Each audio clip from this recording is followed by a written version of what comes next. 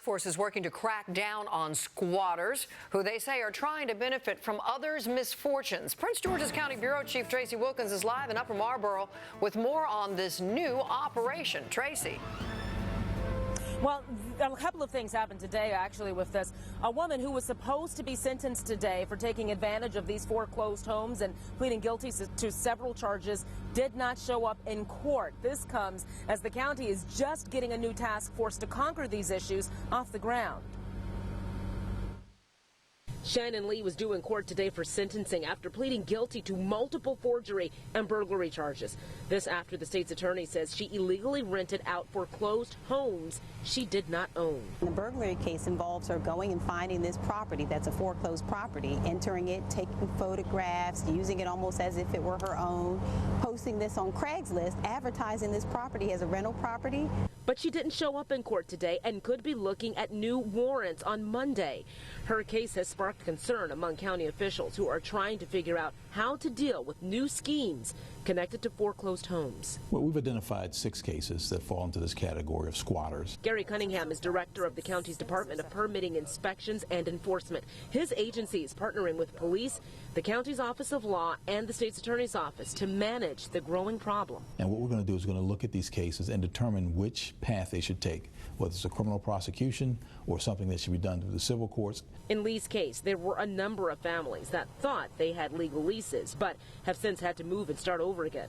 Cunningham says people in those situations are not to blame. Victims of crime, and that's the way they're treated. As for squatters who knowingly and illegally take up residence in homes, this task force is tackling that issue as well. We've got a system in place so that when those cases come in, we start to address them.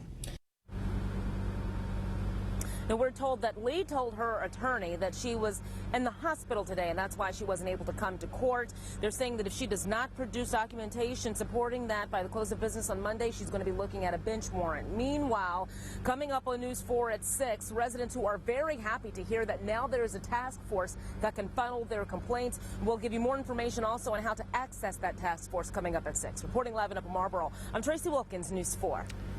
All right, thanks, Mark. It's a growing problem in our area. People illegally renting or even squatting in foreclosed homes.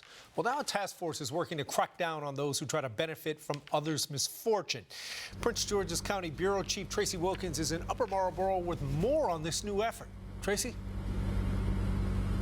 Well, Chris, this is a complicated issue. Sometimes you have folks who are knowingly taking advantage of the system. Others are just victims of folks who know a little more about how to scam the system than they do. Now this task force is hoping to crack down for everyone's safety.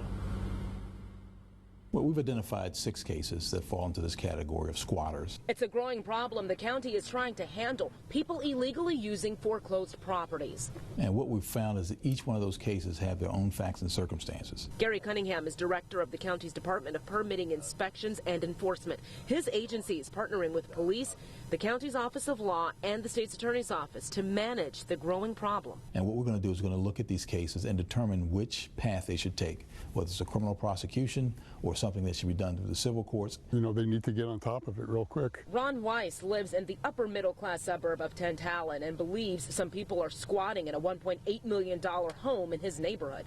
Because it's still under investigation, we won't show you the house. This is now one of the cases on the task force's list. And the problem that we have with that specific property is there is no clear ownership. The owners cannot be located. The bank has not taken clear possession of it. But then there are clear-cut cases like the one involving Shannon Lee, who pled guilty to several charges connected to her allegedly renting out foreclosed homes she did not own to unsuspecting families. There are agencies that are looking at the problem because it is a problem that needs to be addressed with county resources. Ron says he's just happy to know there's somewhere for him and other residents to finally turn for help. I think that's great news. You know, I think it's maybe overdue, but I'm really happy that they're actually doing something about it. Now, Lee was actually due in court here today, but did not show up, saying that she was in the hospital.